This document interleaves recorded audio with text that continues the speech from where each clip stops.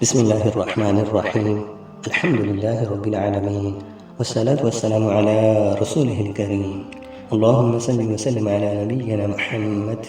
قال الله عز وجل: إن الذين آمنوا وعملوا الصالحات وأقاموا الصلاة وآتوا الزكاة لهم أجرهم عند ربهم ولا خوف عليهم ولا هم يحزنون. برادران اسلام میں نماز کے بعد دوسرا اہم ترین رکن زکوٰۃ ہے۔ قرآن حکیم میں 82 مقامات ایسے ہیں جہاں نماز اور زکوٰۃ کی فرضیت کا حکم یکجا وارد ہوا ہے۔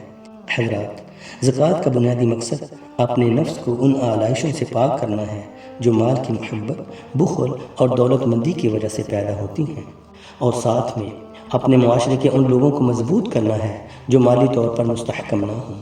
چونکہ زکوٰۃ کا ماہ رمضان کے ساتھ ایک خاص تعلق ہے، لوگ اس ماہ مبارک میں اپنے مال سے زکوٰۃ ادا کرتے ہیں، تو اس مناسبت سے ہم زکوٰۃ ادا کرنے کے فائدے اور زکوٰۃ ادا نہ کرنے والوں کا انجام اور وہ چیزیں جن پر زکوٰۃ واجب ہے اور مصارف زکوٰۃ کے بارے میں کچھ گفتگو کریں گے انشاءاللہ۔ زکوٰۃ اسلام کا رکن ہے۔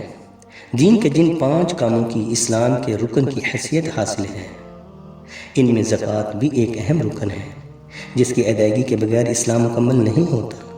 جیسا کہ حضرت ابو ہریرہ رضی اللہ عنہ فرماتے ہیں، آپ صلی اللہ علیہ وسلم نے فرمایا، اسلام کی بنیاد 5 چیزوں پر رکھی گئی: اس بات کی گواہی دینا کہ اللہ کے علاوہ کوئی معبود برحق نہیں اور محمد صلی اللہ علیہ وسلم اللہ کے رسول ہیں، نماز قائم کرنا، زکوٰۃ ادا کرنا، حج کرنا اور رمضان کے روزے رکھنا۔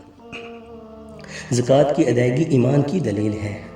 دین اسلام میں زکوٰۃ کو اس قدر اہمیت حاصل ہے کہ اس کی ادائیگی کے بغیر انسان کا نہ ایمان مکمل ہوتا ہے اور نہ دینی اخوت قائم ہوتی ہے۔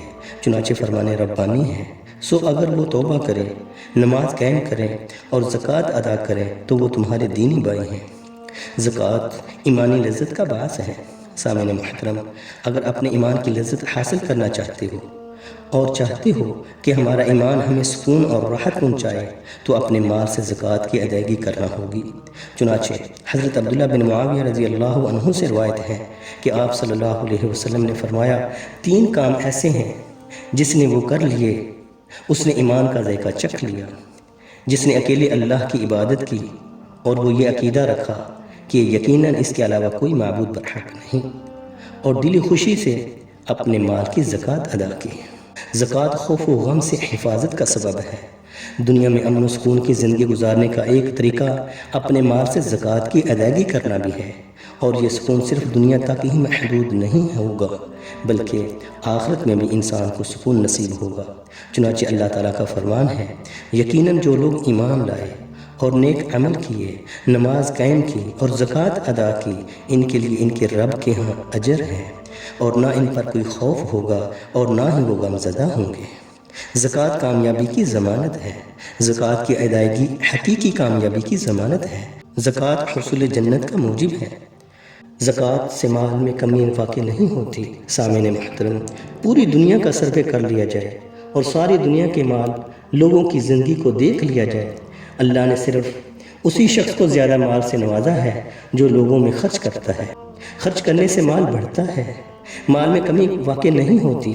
حضرت ابو ہریرہ رضی اللہ عنہ فرماتے ہیں، آپ صلی اللہ علیہ وسلم نے فرمایا، صدقہ کسی مال کو کم نہیں کرتا اور اللہ تعالیٰ معاف کرنے کی وجہ سے بندے کی عزت ہی بڑھاتا ہے، اور جو کوئی شخص اللہ تعالیٰ کے لیے جھکتا ہے تو اللہ تعالیٰ اسے بلند کر دیتے ہیں۔